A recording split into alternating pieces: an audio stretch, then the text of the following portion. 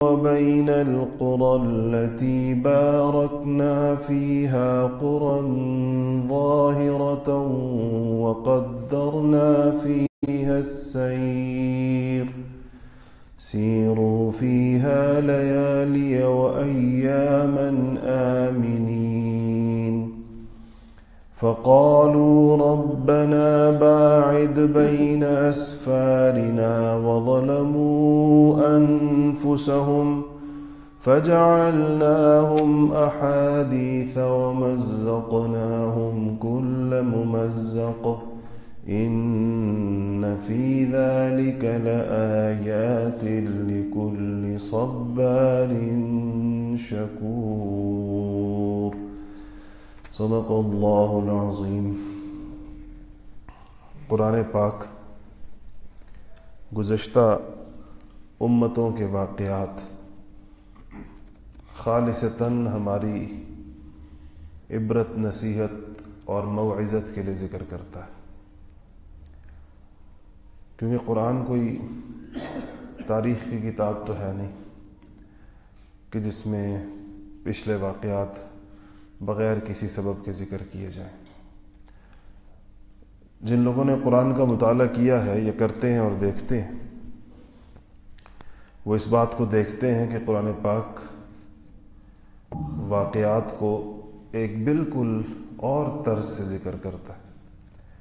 کسی واقعے کی جزوی تفصیلات جس طرح کہانیوں میں ہوتی ہے یا کسی قصے میں ہوتی ہے یا درکار ہوتی ہے یا تاریخ کی کتابوں میں جیسے ہوتی ہے، ویسے نہیں ہوتی قرآن پاک میں۔ قرآن میں سابقہ امتوں کے واقعات یا کسی بھی قصے کا ذکر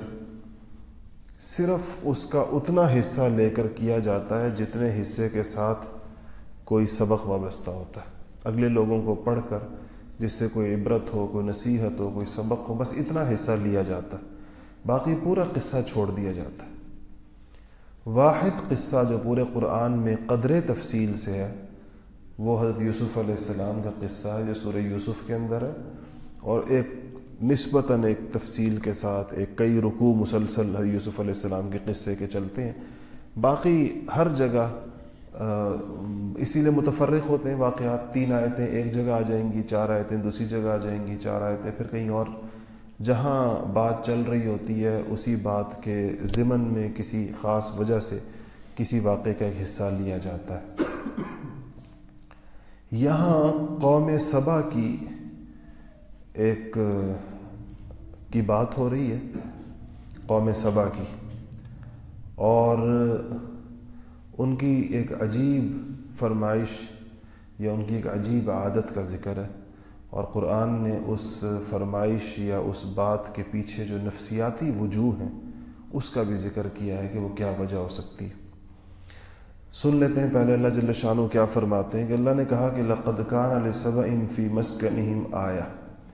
حقیقت یہ ہے کہ قوم سبا کے لیے خود اس جگہ ایک نشانی موجود تھی جہاں وہ رہا کرتے تھے۔ یمن میں رہتے تھے قوم سبا۔ اللہ جل شانہ نے اپنے انعامات کی بارش برسائی ہوئی تھی قوم سبا پر، یمن میں جو رہتی تھی۔ ان کے ہاں یہ جو خضرو جھاڑیاں ہوتی ہیں یا کانٹے ہوتے ہیں، یہ بھی ان کے ہاں پھلدار درختوں کی صورت کے اندر ہوتے تھے۔ خود سے جو درخت اگتے ہیں، جو جھاڑیاں اگتی ہیں، جو پودے اگتے ہیں، جو جنگل بنتے ہیں، ان کے ہاں وہ ہر چیز 2 اس کی صفات ہوا کرتی تھی۔ ایک یہ کہ وہ انتہائی سایہ دار ہوتے تھے، اونچے اونچے درخت ہوتے تھے، اس کا بہترین سایہ ہوتا تھا، اور دوسرا یہ کہ اس میں پھل ہوتے تھے جو بڑے شیریں اور بڑے لذیذ ہوتے تھے۔ اور تو اللہ نے فرمایا کہ ان کو جو ہم نے ٹھکانہ دیا ہوا تھا، جس قسم کی زمینیں دی ہوئی تھیں، جس قسم کے رستے دیے ہوئے تھے، جس قسم کا تمدن دیا ہوا تھا، جو استحکام دیا ہوا تھا، وہ خود ان کے لیے بڑی اس کے اندر نشانی تھی اگر وہ اس کے اوپر غور کرتے تو۔ جنتان عن یمین و شمال، دائیں اور بائیں دونوں طرف باغ کے 2 سلسلے تھے، یعنی جو ان کے اسفار ہوتے تھے تو رستوں کے دونوں طرف باغ چلتے تھے، اور یہ انہی باغوں کے سایوں میں اور ان باغوں کے چشموں میں اور ان باغوں کے پھلوں میں، اسی کے درمیان یہ سفر کیا کرتے تھے۔ ان کے رستے میں صحرا نہیں آتے تھے، ان کے رستے کے اندر بیابان نہیں آتے تھے، ان کے رستے کے اندر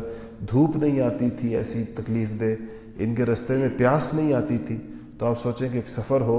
اور نہ اس میں پیاس ہو، نہ اس کے اندر دھوپ ہو، نہ اس کے اندر بھوک ہو، نہ اس کے اندر کوئی تکلیف ہو، یہ اللہ کی طرف سے ان کو دیا گیا تھا۔ تو اللہ نے فرمایا کہ ہمارا مطالبہ کیا تھا کہ کلوا من رزق ربکم، کہ اپنے پروردگار کا دیا ہوا رزق کھاؤ، واشکروا لہ، اس کا شکر بجا لاؤ، اس نعمت پہ اس کا شکر تو ادا کرو کم سے کم۔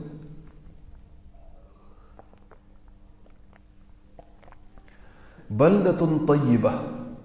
بلدہ شہر کو کہتے ہیں کہ شہر بہترین ہے، وہ رب غفور، اور رب بخشنے والا ہے۔ یعنی صرف یہ نہیں کہ تمہیں ان نعمتوں کا دنیا میں لذت ہے، ان نعمتوں کی کہ اگر شکر ادا کرو گے تو آخرت میں بھی بخشے جاؤ گے۔ رب غفور کہ تمہیں اچھا شہر دیا، دنیا کی ساری نعمتیں دی ہیں، اس پر صرف شکر کر لو تو یہاں پر بھی ان نعمتوں میں دوام ہوگا، استمرار ہوگا، باقی رہیں گی، تسلسل ہوگا، کمی نہیں آئے گی، ان میں زیادتی آئے گی۔ وہ رب غفور، اور آخرت کے اندر بھی بخشے جاؤ گے۔ فَأَعْرَضُوا، اللہ نے فرمایا انہوں نے منہ پھیر لیا، منہ موڑ لیا، جیسے انسان کی عادت ہے کہ جب اس کے اوپر اللہ کا انعام بہت ہوتا ہے تو وہ سرکش ہو جاتا ہے۔ تو اللہ فرماتے ہیں کہ فَأَرْسَلْنَا عَلَيْهِمْ سَيْلَ الْعَرِمِ، اور ہم نے کیا کیا، ایک جگہ تھی قرآن میں، ایک اور جگہ اس کی تفصیل ہے، اس کو معارب کہا ہے قرآن نے۔ اس جگہ پر ایک ڈیم تھا، بند تھا، اور وہ بند بہت اونچی جگہ تھی۔ اس ڈیم سے اور جو بند بندھا ہوا تھا، ادھر سے ان کی مکمل آبپاشی کا نظام ان کے باغوں کا وہاں سے چلتا تھا۔ ساری زمینیں ان کی گویا کہ آج کل کے اس کے مطابق آپ کہیں کہ ساری زمین ان کی نہری تھی، اور اس کا نظام اس ڈیم سے چلتا تھا۔ تو اللہ فرماتے ہیں کہ ہم نے اس بند کو توڑ دیا، اور جب وہ بند توڑ دیا تو فَأَرْسَلْنَا عَلَيْهِمْ سَيْلَ الْعَرِمِ، تو ہم نے ان پر بند والا سیلاب چھوڑ دیا۔ اور یہ جو سیل عرم ہے، یہ جو سیلاب ہے، یہ تاریخ انسانی کے بڑے سیلابوں میں سے، تاریخ کی اکثر کتابوں میں اس کا ذکر آتا ہے کہ یہ اتنا بڑا سیلاب تھا۔ بعض لوگوں نے تو اس کو نوح علیہ السلام کے طوفان کے بعد دوسرا بڑا سیلاب کہا ہے جو روئے زمین کے اوپر آیا۔ وَبَدَّلْنَاهُمْ بِجَنَّتَيْهِمْ، اور ان کے جو دونوں طرف ایسے پھلدار باغات تھے جس میں سفر کرتے تھے، اس کو ہم نے بدل دیا، جَنَّتَيْنِ ذَوَاتَيْ أُكُلٍ خَمْطٍ وَأَثْلٍ وَشَيْءٍ مِّن سِدْرٍ قَلِيلٍ۔ اللہ فرماتے ہیں کہ اس کو ہم نے، وہ جو پھلدار درخت تھے جس کے نیچے سفر کرتے تھے، ہم نے ان کو بد مزہ پھلوں سے، یعنی اس کے اندر بد مزہ کڑوے کسیلے پھل لگ گئے اس کے اندر، اس کی جگہ، اور اصل کہتے ہیں جھاؤ کے درختوں کو، اور جھاؤ کے درخت لگ گئے اس کے اندر، وَشَيْءٍ مِّن سِدْرٍ قَلِيلٍ، اگر کوئی، باقی تو کڑوے ہو گئے، سارے کڑوے چیزیں لگ گئیں، اگر کوئی پھل بچا تھوڑا سا تو تھوڑا، شَيْءٍ مِّن سِدْرٍ قَلِيلٍ، سدر عربی میں کہتے ہیں بیری کو، بیر کو، تو صرف چند بیر وہ تھوڑے سے رہ گئے، اور باقی ہم نے ان کے سارے پھلوں کو بدل دیا۔ اس کے بعد اللہ جل شانہ نے کہا کہ ذَلِكَ جَزَيْنَاهُمْ بِمَا كَفُورٍ، اور یہ سزا ہم نے ان کو اس لیے دی کہ انہوں نے ناشکری کی، روش اختیار کی، اور آگے کہا کہ وَهَلْ نُجَازِي إِلَّا الْكَفُورَ، یہ ہمیں بتانے کے لیے اللہ فرماتے ہیں ایسی سزا ہم کسی اور کو نہیں بلکہ صرف بڑے ناشکروں کو دیا کرتے ہیں۔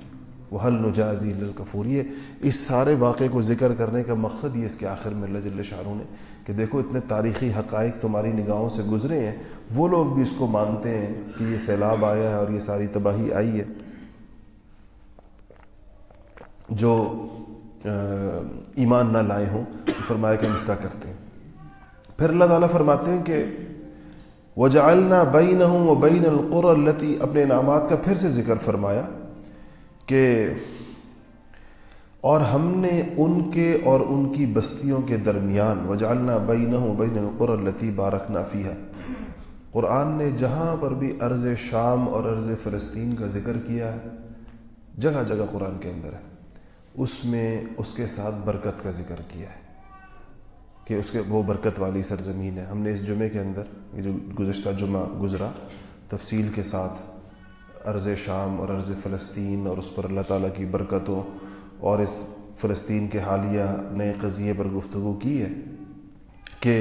تو یہاں بھی اللہ فرماتے ہیں, میں نے عرض کیا نا کہ یہ لوگ یمن میں تھے سبا والے, تو اللہ فرماتے ہیں کہ ان یمن سے لے کر شام تک جو سفر تھا, اہل یمن کو بھی شام جانا پڑتا تھا تجارت کے لیے, جیسے مکے والے دونوں جگہ جاتے تھے, ایک رحلت الشتاء کرتے تھے اور ایک رحلت الصیف کرتے تھے, جس کا ذکر قرآن پاک کے اندر ہے. ایک سفر شام کی طرف کرتے تھے اور ایک سفر یمن کی طرف کرتے تھے. تو اللہ نے فرمایا کہ وجعلنا بینہم, ان کی بستیوں, وبین القری التی بارکنا فیہا, اور ان کی بستیوں,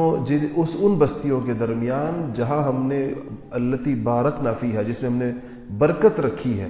اور اس سے مراد شام ہے کہ یمن بھی اور شام ان دونوں کے درمیان ہم نے برکتیں نازل کی تھی, ایسی بستیاں بسا رکھی تھیں. فیہا قرى ظاہرۃ وقدرنا فیہا السیر,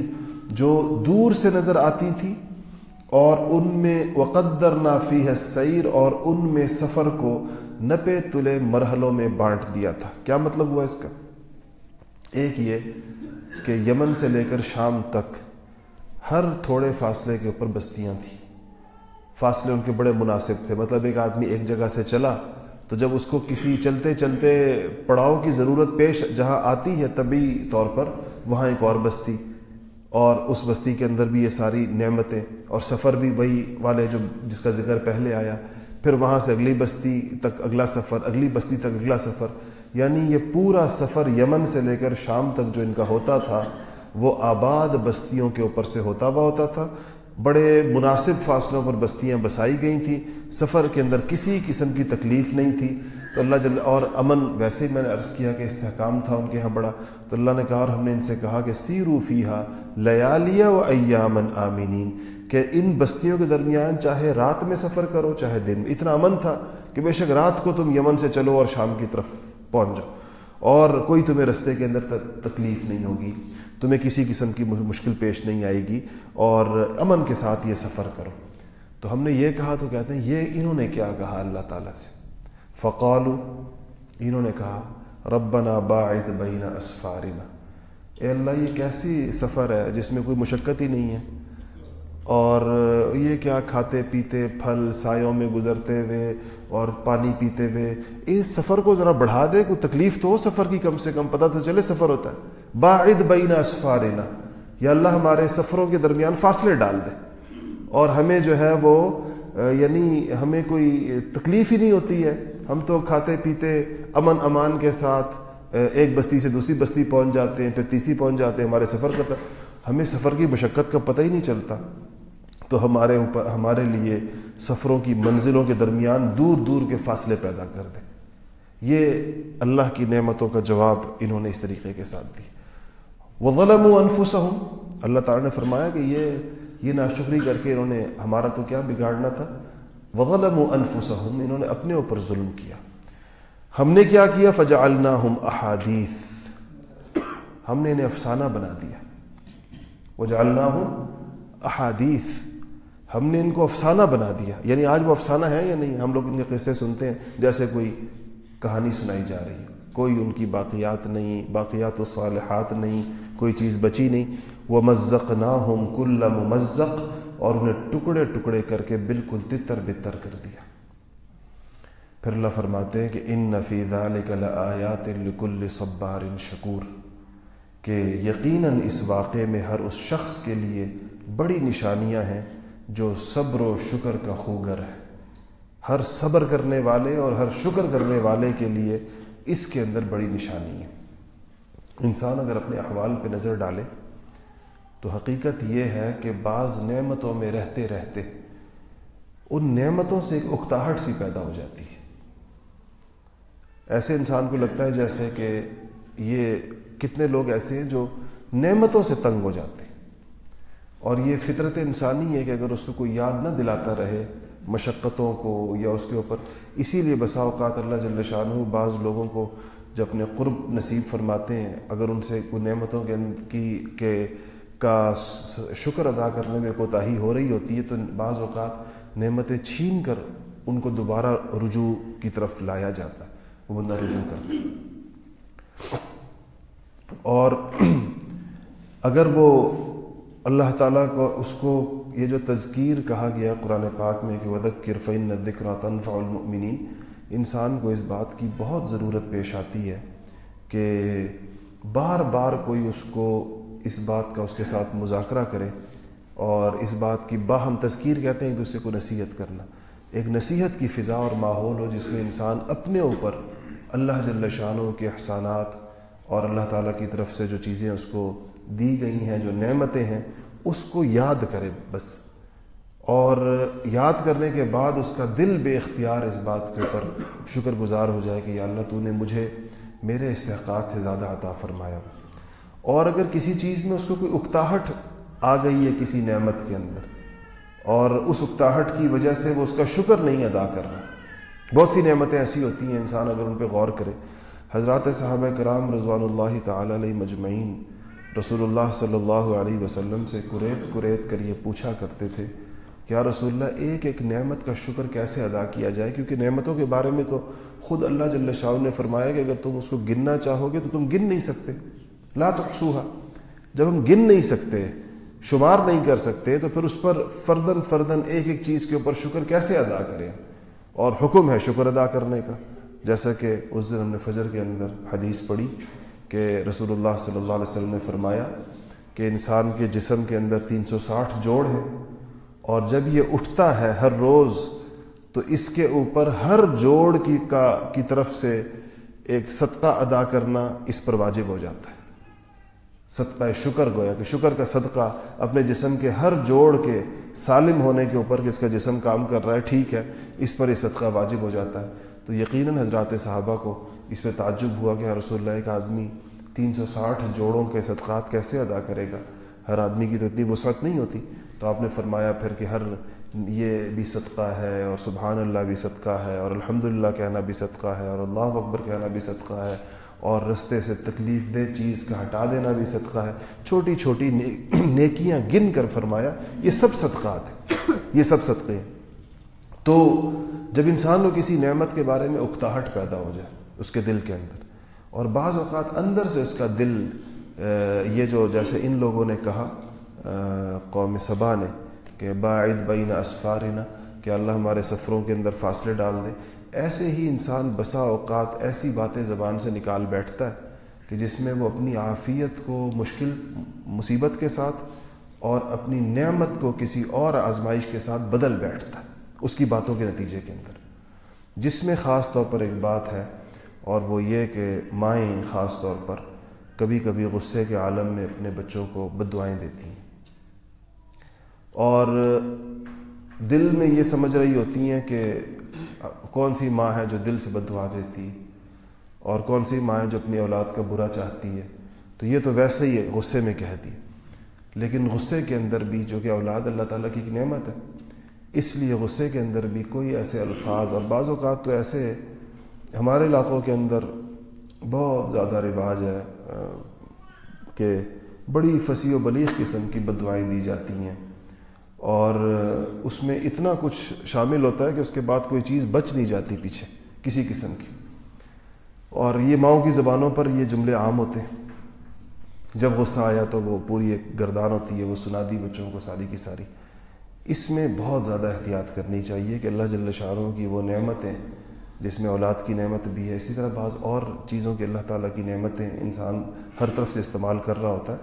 اور اس میں ڈوبا ہوا ہوتا ہے. تو اس پہ بندہ غور کرے بار بار اور سوچے کہ ان میں سے کتنی نعمتیں ایسی ہیں جن کا شکر ادا کرنے کی توفیق ہو رہی ہے، اور کتنی نعمتیں ایسی ہیں کہ جس کا شکر ادا نہیں ہوا. علماء نے لکھا ہے کہ ایک فارسی کا ایک مقولہ ہے کہ شکر نعمت ہائے تو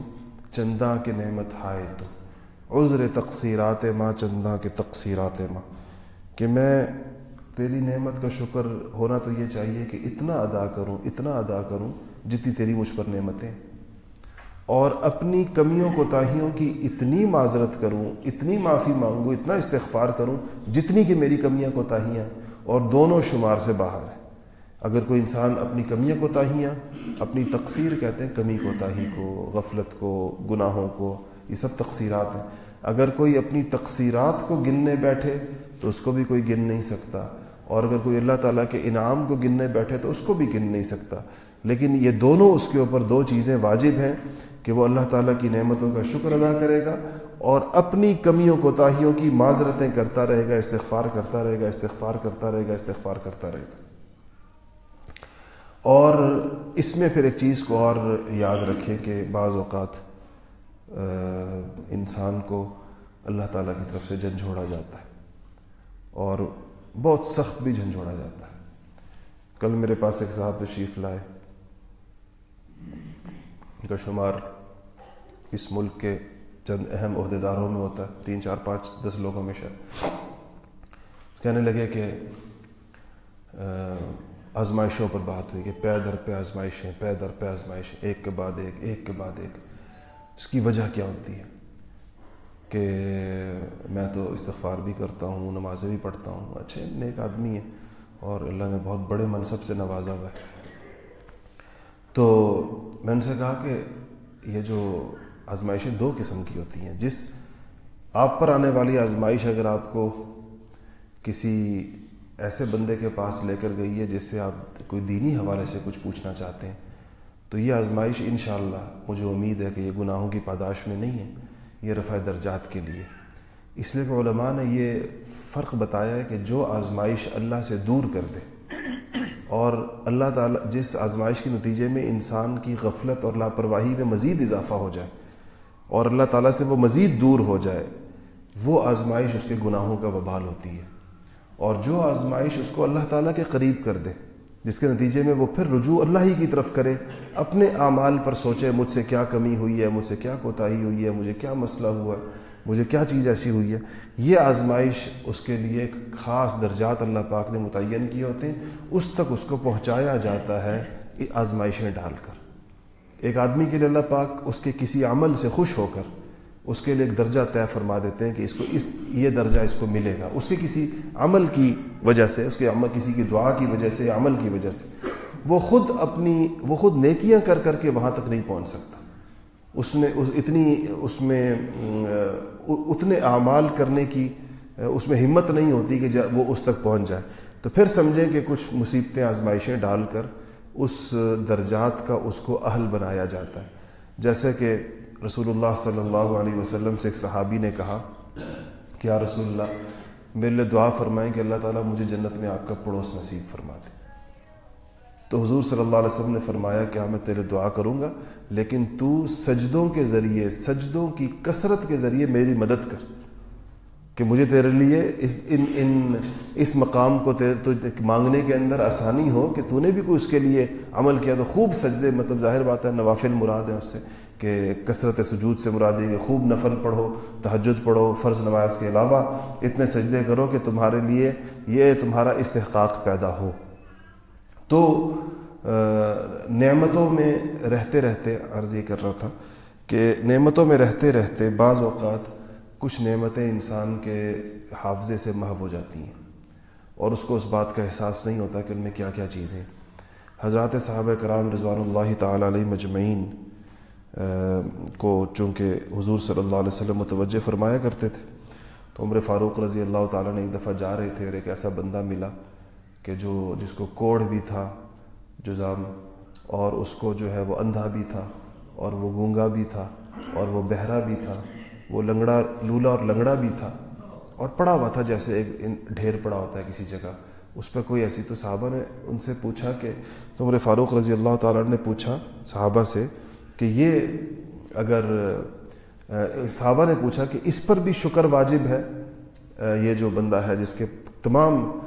نعمتیں، اس کی بظاہر کوئی چیز بھی اس کے جسم کا عضو ایسے سلامت نہیں ہے۔ تو عمر فاروق رضی اللہ تعالیٰ نے فرمایا کہ کیا یہ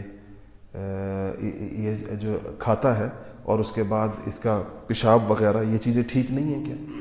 یہ کتنی بڑی نعمت ہے اس کی اللہ تعالیٰ کی طرف سے اس کے اوپر کہ اس کا وہ نظام وہ ٹھیک ہے اس کا، ورنہ وہ بھی اس کی تکلیف اور اس کی پریشانی بھی انسان کو لاحق ہو سکتی ہے۔ تو کس چیز کو انسان سوچے اگر اس کے اندر اس کا خیال پیدا ہو جائے۔ اس میں جو بڑی چیزیں ہیں جس کا سب سے زیادہ ذکر آتا ہے احادیث کے اندر، وہ 2 ہیں۔ ایک کو کہا گیا ہے صحت اور ایک کو کہا گیا فراغ۔ حضور صلی اللہ علیہ وسلم نے فرمایا کہ ان دو نعمتوں کی حق تلفی بہت زیادہ ہوتی ہے۔ ایک اپنی صحت کا انسان کو احساس نہیں ہوتا، خاص کر جوانی کے اندر، اور دوسرا فراغ سے مراد ایک خاص قسم کی قلبی فراغت ہے۔ فراغ سے مراد صرف یہ نہیں کہ فارغ ہونا، یہ وہ فارغ ہونا مراد نہیں کہ دنیا میں کام نہیں اس کا۔ فراغ سے مراد یہ ہے کہ قلب کا ایسی کیفیت کے اندر ہونا کہ اس کے اوپر کوئی بہت بڑی پریشانی مسلط نہ ہو، کوئی بہت بڑا مسئلہ اس کو نہ ہو۔ اور اگر ایسا کیونکہ بعض پریشانیاں ایسی آتی ہیں اچانک جو انسان کے دل کو کھا جاتی ہیں اور بیٹھے بٹھائے آتی ہیں، بغیر کسی انسان کے خیال اور گمان کے آتی ہیں۔ تو اگر ایسی کوئی پریشانی نہیں ہے، کسی پر کوئی مقدمہ نہیں ہے، کسی پر کوئی ایسی بہت بڑی پریشانی نہیں ہے، ایسی انتہائی توڑ دینے والی غربت نہیں ہے کہ جس میں اس کو بالکل کھانے پینے کے اور رہنے سہنے کے لالے پڑ جائیں، تو یہ وہ بڑی نعمتیں جس کی عام طور پر انسان ناشکری کر رہا ہوتا۔ اور صحت کے اندر بھی یقیناً کچھ نہ کچھ چھوٹی موٹی تکلیف تو ہر انسان کو ہوتی ہے، کچھ نہ کچھ۔ ان معاملات کے اندر انسان ان لوگوں کو دیکھے جن کی حالت ان سے کہیں زیادہ خراب ہے، جن کی حالت اس سے کہیں زیادہ خراب ہے اور روز بروز بگڑتی چلی جا رہی ہے۔ روز ہم لوگ دیکھتے ہیں ایسے لوگوں کو۔ عیادت کرنے کا جو اتنا ثواب آیا اس میں دو وجوہات بیان کی گئی ہیں۔ ایک تو یہ کہ اس سے صلہ رحمی ہوتی ہے، انسان جاتا ہے لوگوں کے پاس بیٹھتا ہے، ان کی عیادت کرتا ہے، بڑا ثواب آیا ہے اس کا۔ دوسرا، اس سے انسان میں شکر کی کیفیت پیدا ہوتی ہے۔ اور آپ اس کا تجربہ کر کے دیکھیں، کبھی آپ ہسپتال جائیں کسی کی عیادت کرنے کے لیے، تو واپسی پر لا محالہ آپ کے دل کے اندر ایک تشکری کیفیت پیدا ہوگی کہ اللہ کا شکر ہے، اللہ تعالیٰ نے اس آزمائی سے بچایا۔ اور جو دعا ہے اس کی، حدیث شریف میں ایک دعا یہ، اس کو کوشش کریں کہ یاد کر لیں۔ حدیث شریف میں آتا ہے کہ جو بندہ کسی کو مصیبت میں دیکھ کر یہ دعا پڑھ لے گا تو اللہ جل شانہ اس کو اس مصیبت میں کبھی نہیں ڈالیں گے، اور وہ ہے الحمدللہ الذی عافانی مما ابتلاک بہ وفضلنی علی کثیر ممن خلق تفضیلا، کہ جس نے یہ دعا پڑھ لی کسی کو مشکل میں، آپ نے کسی معذور کو دیکھا، کسی پریشان حال کو دیکھا، سڑکوں کے کنارے بعض معذور لوگ پڑے ہوئے ہوتے ہیں ان کو دیکھا، کسی کو انتہائی بڑی آزمائش میں مصیبت کے اندر دیکھا، تو آپ فوراً یہ دعا اگر پڑھ لی تو اس مصیبت میں اللہ تعالیٰ آپ کو نہیں مبتلا کرے گا کبھی بھی۔ تو یہ دعا، اس کا اہتمام کرنا چاہیے، انسان اس کو وقتاً فوقتاً پڑھتا رہے۔ اور دوسرا یہ کہ شکر کے اندر اللہ جل شانہ کے ساتھ مناجات کو بڑا عمل دخل ہے کہ انسان اللہ تعالیٰ کے سامنے جیسے دونوں ہاتھ کھڑے کر دیے جاتے ہیں، ایسے اللہ کے سامنے کھڑے کر دے اپنے دونوں ہاتھ کہ اللہ اگر میں جتنی بھی کوشش کروں تو وہ الفاظ کہاں سے لاؤں اور وہ نعمتیں کیسے گنوں ساری کی ساری جس کا شکر میرے اوپر واجب ہے، تو میرے لیے یہ ممکن نہیں ہے۔ اور میرے لیے ممکن نہیں تو مجھے بس جیسا شاکرین کے شکر کا انداز ہے اور جو چیز تجھے اس میں پسند ہے تو میری طرف سے اس کو ویسے قبول فرما لے۔ اللہ تعالیٰ کی تعریف کے اندر بھی اللہ تعالیٰ نے حضور صلی اللہ علیہ وسلم کے ان الفاظ کو کہ اللہم لا احصی ثناء، کہ یا اللہ میں تیری تعریف نہیں کر سکتا جیسے کہ تعریف کرنے کا حق ہے، تو تیری تعریف تو بس وہی ہے جو تو خود فرمائے اپنی تعریف، وہ اصل تعریف ہوگی۔ میرے الفاظ کے اندر یہ تاب نہیں ہے کہ جس کے ذریعے سے میں تیری ثنا کر سکوں اور تیری تعریف کر سکوں۔ شکر نعمت کے اندر بھی انسان ایسا ہی ہے، لیکن اس میں جو کرنے والے کام ہیں، بعض حضرات نے لکھا ہے کہ انسان کی بڑی سعادت یہ ہے کہ وہ دن میں 2 رکعت کم سے کم ایسے پڑھے جو صرف نعمتوں کے شکر کے طور پر، رات کو سونے سے پہلے 2 رکعت نفل پڑھ کے اللہ جل شانہ سے کہے کہ اللہ یہ ان سب نعمتوں کا شکر ہے جو میرے اوپر تیری طرف سے چھاجوں چھاج برس رہی ہیں، اور یہ ان کے شکر کے اندر میں یہ 2 رکعت پڑھتا ہوں۔ اور 1-2 رکعت اور ہے جس کو کہا جاتا ہے کہ وہ دن کے شروع کے اندر پڑھی جائیں اشراق کی نماز کے ساتھ، اور وہ ہیں اللہ سے مانگنے کی 2 رکعت صلاۃ الحاجت یا تہجد کے ساتھ پڑھی جائیں۔ جو آدمی دن کی ابتدا اللہ سے مانگ کر اور دن کا اختتام اللہ تعالیٰ کا شکر ادا کے کرے گا، اس کو وہ پورا دن اللہ جل شانہ کی مہربانیوں کے سائے کے اندر رہے گا، آزمائشوں سے اللہ پاک اس کی حفاظت کرے گی۔ جب اس کی صبح ہوئی یا تہجد میں یا اشراق میں، اس نے اس وقت میں 2 رکعت پڑھی اور اللہ تعالیٰ سے اس پورے دن کی حاجات کا سوال کیا کہ اللہ سارا دن مجھے قدم بقدم آپ کے فضل کی، آپ کے رحم کی، آپ کے کرم کی ضرورت ہے۔ اور جب دن ختم ہوا اس کا، تو اس نے اس دن کے اختتام پر بستر پر جانے سے پہلے 2 رکعت شکر کے پڑھے گی، یا اللہ سارا دن تیرے رحم و فضل، تیرے کرم کے سائے کے اندر میں نے دن گزارا اور تیری نعمتیں میرے اوپر بارش کی طرح برستی رہیں اور اس کا میں شکر ادا کرنے کی قدرت نہیں رکھتا اور تیرا شکر ادا کرتا ہوں. اس طرح اگر اس کے دن کا اختتام اس چیز کے اوپر ہو تو کتنا مبارک دن ہے جس کی اول اور آخر کے اندر دونوں کی نسبت اس نے پورے طور پر اللہ جل شانہ کی جانب کی. اللہ تعالی ہم اس پر عمل کرنے کی توفیق نصیب فرمائے. الحمدللہ رب العالمین والعاقبۃ للمتقین والصلاة والسلام على سید الانبیاء المرسلین. ربنا ظلمنا انفسنا وان لم تغفر لنا وترحمنا لنكونن من الخاسرین. رب اغفر وارحم وانت خیر الراحمین. اللهم انت ولینا فی الدنیا والآخرہ توفنا مع الابرار والحقنا بالصالحین. یا اللہ یا ارحم الراحمین، ہمارے چھوٹے بڑے صغیرہ کبیرہ تمام گناہوں کو معاف فرما. یا اللہ ہماری جتنی کمیاں کوتاہیاں ہم سے آج تک ہوئی ہیں اللہ تو اس کو معاف فرما. اپنی تمام نعمتوں کا صحیح معنوں کے اندر حقیقی معنوں میں شکر ادا کرنے کی توفیق نصیب فرما. یا اللہ یا ارحم الراحمین، دین کامل پر چلنے کی توفیق نصیب فرما. رسول اللہ صلی اللہ علیہ وسلم کی سنتوں کے اوپر عمل کرنے کی توفیق نصیب فرما. یا اللہ جتنے بھی لوگ اس مجلس کے اندر ہیں، جو مائیں بہنیں تشریف لائی ہوئی ہیں، جن کے دلوں کے اندر جو جائز حاجات ہیں اللہ تو ساری پوری فرما. سب کے مسائل اور مشکلات کو حل فرما. ہر قسم کی پریشانیوں کو یا اللہ ختم فرما. یا اللہ یا ارحم الراحمین، ہمیں باہم آپس کے اندر، گھروں کے اندر، محلوں کے اندر، ملک کے اندر، پوری امت کے اندر جوڑ، اتفاق اور اتحاد نصیب فرما. یا اللہ یا ارحم الراحمین، ہر قسم کے اختلاف اور انتشار سے ہماری حفاظت فرما. یا اللہ رسول اللہ صلی اللہ علیہ وسلم کے دست مبارک سے حوض کوثر کا پانی نصیب فرما. یا اللہ آپ کی شفاعت نصیب فرما. یا اللہ تمام مرحومین کی مغفرت فرما، خصوصاً ہمارے والدین میں سے جو چل بسیں. یا اللہ یا ارحم الراحمین، تو ان کی قبروں کو جنت کے باغوں میں سے باغ بنا دے. یا اللہ ان کو جنت الفردوس عطا فرما. یا اللہ جو ان میں سے زندہ ہیں ان کی صحیح خدمت کرنے کی توفیق نصیب فرما. یا اللہ ہماری اولادوں کو دین کے لیے قبول فرما لے، ان کو ہماری آخرت کا ذخیرہ بنا دے. یا اللہ یا ارحم الراحمین، حضور صلی اللہ علیہ وسلم کی شفاعت عطا فرما دے. یا اللہ ایمان پر موت نصیب فرما. جس وقت ہم اس دنیا سے رخصت ہوں تو ہماری زبان پہ کلمہ جاری ہو، لا الہ الا اللہ محمد الرسول اللہ صلی اللہ تعالی علی خیر خلقہ محمد و آلہ و اصحابہ اجمعین برحمتک یا ارحم الراحمین.